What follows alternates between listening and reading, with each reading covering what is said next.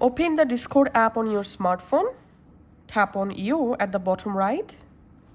Tap the settings icon. In settings, tap on Content and Social.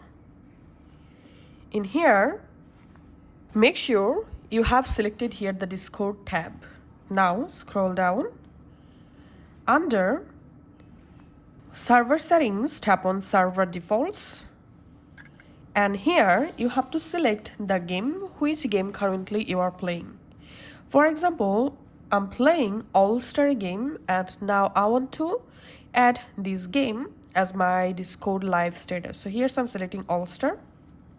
And now here you will find this option, activity status. So must enable this option, activity status. Share your live activity status in this server. So now on in this server, all of members will be able to see my game name, which game currently I'm playing. And if you want to play a different game, just come to the settings again, tap on the game, and now you can select a different game. So that's how you can actually add a playing game on Discord.